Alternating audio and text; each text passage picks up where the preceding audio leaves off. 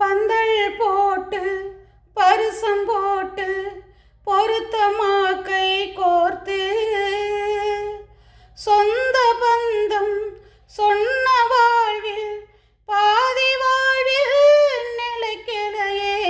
பந்தல் போட்டு பரிசம் போட்டு பொருத்தமா கை கோர்த்து சொந்த பந்தம் சொன்ன வாழ்வில் பாதி வாழ்வில் நிலைக்கிளையே.